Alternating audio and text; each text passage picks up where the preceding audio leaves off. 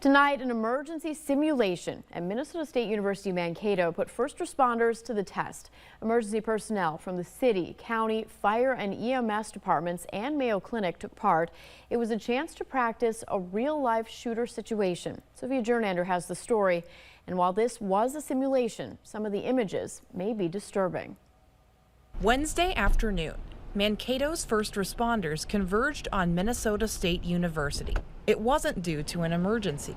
Instead, it was so that every department could train for the reality of a live shooter situation. Really, it's to bring the partners together, police, fire, and EMS, and the hospital, and how to work together should the unlikely event occur that we have some sort of an incident or a shooting like this. Besides hosting the first responders, residents also took part, playing either the people responsible or those injured in the simulated incident. What you want to do is give everybody that chance to be exposed to something like this, that magnitude, and we're talking from your first responding officers all the way up through administration, from public information standpoint, your command staff. Everybody has unique roles in this.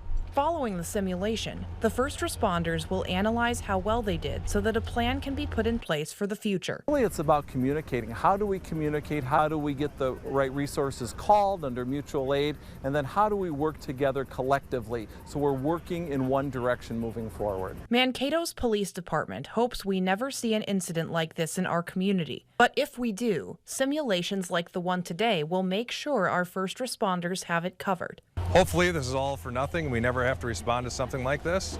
But if there is an incident that we hopefully have worked out as many kinks as possible. In Mankato, Sophia Jernander, KEYC News Now.